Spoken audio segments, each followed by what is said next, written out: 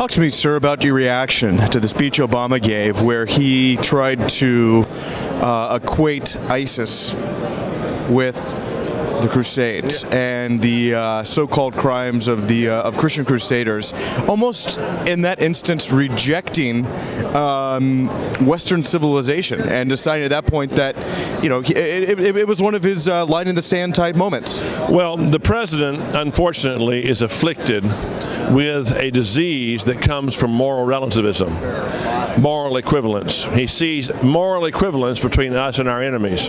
Now, nobody's saying that the West has been perfect. Nobody's saying Christianity's been perfect. Nobody's saying that America's perfect. But there is no moral equivalence between us and our enemies any more than there was moral equivalence between us and the Soviet Union, or there's moral equivalence between Israel and those who want to drive her into the sea and practice genocide against the Jews. The idea, well, we did this and we did that. Look, terrible things happened in the name of Christianity during the Middle Ages and the Inquisition and in the Crusades, but that was a millennium ago. You know, the 99% of all of the radical terrorist acts that are taking place in the world today are being done in the name of a particular interpretation of Islam. And it is being done in seeking to further a worldwide Islamic caliphate that will by force the whole world to accept Sharia law and accept Muslim rule. Now that's just a plain, simple fact.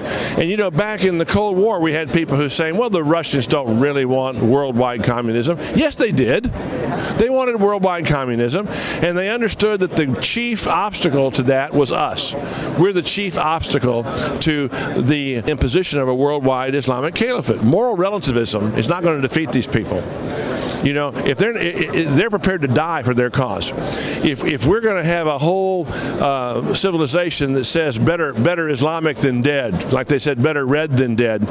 When I was a teenager, it was clear to me I was ready to die to prevent the Soviet Union from taking over the world and taking away Americans' liberty. I'm ready to die for my faith. I'm ready to die for my country. It's that kind of moral absolute that will defeat these people. But we've got to have that kind of moral absolute. Moral relativism is, you know, ISIS will go through moral relativism like a knife through butter.